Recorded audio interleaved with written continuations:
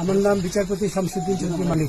বিচারপতি মানিক, এতদিনে এই ব্যক্তিকে আপনারা সবাই চিনেন। দেশে যখন হয়েছে ক্ষমতার বদল, তখন অনেক দুর্নীতিবাজ দেশ ছেড়ে পালিয়েছে, আবার অনেকে ধরা পড়েছে এয়ারপোর্টে। 23 আগস্ট শুক্রবার রাত 10টায় সিলেটের কানাইঘাটা দোনা সীমান্ত এলাকা দিয়ে ভারতে পালানোর চেষ্টা করেন সুপ্রিম কোর্টের অবসরপ্রাপ্ত বিচারপতি শামসুদ্দিন চৌধুরী মানিক। তাকে আটক করে বিজিবি। তিনি বিভিন্ন সময় নানা আপত্তিকর মন্তব্য করেছেন। কোটা আন্দোলনের সময় টেলিভিশন চ্যানেলের একটি টকশোতে মেজাজ হারিয়ে ক্ষিপ্ত হয়ে তিনি উপস্থাপিকাকে রাজাকারের বাচ্চা বলেন। এই ভিডিওটি সামাজিক যোগাযোগ মাধ্যমে ভাইরাল হয়েছিল। তিনি ছিলেন আপিল বিভাগের বিচারপতি। তিনি অবসরে যান 2015 সালের সেপ্টেম্বরে। আটকের সময় মানিক বিজিবিকে বলেন তিনি প্রশাসনের ভয়ে দেশ ছেড়ে পালানোর চেষ্টা করছেন। এ সময় তার কাছে কি আছে জানতে চাইলে তিনি বলেন, গতকাল আমার কাছে অনেক টাকা ছিল।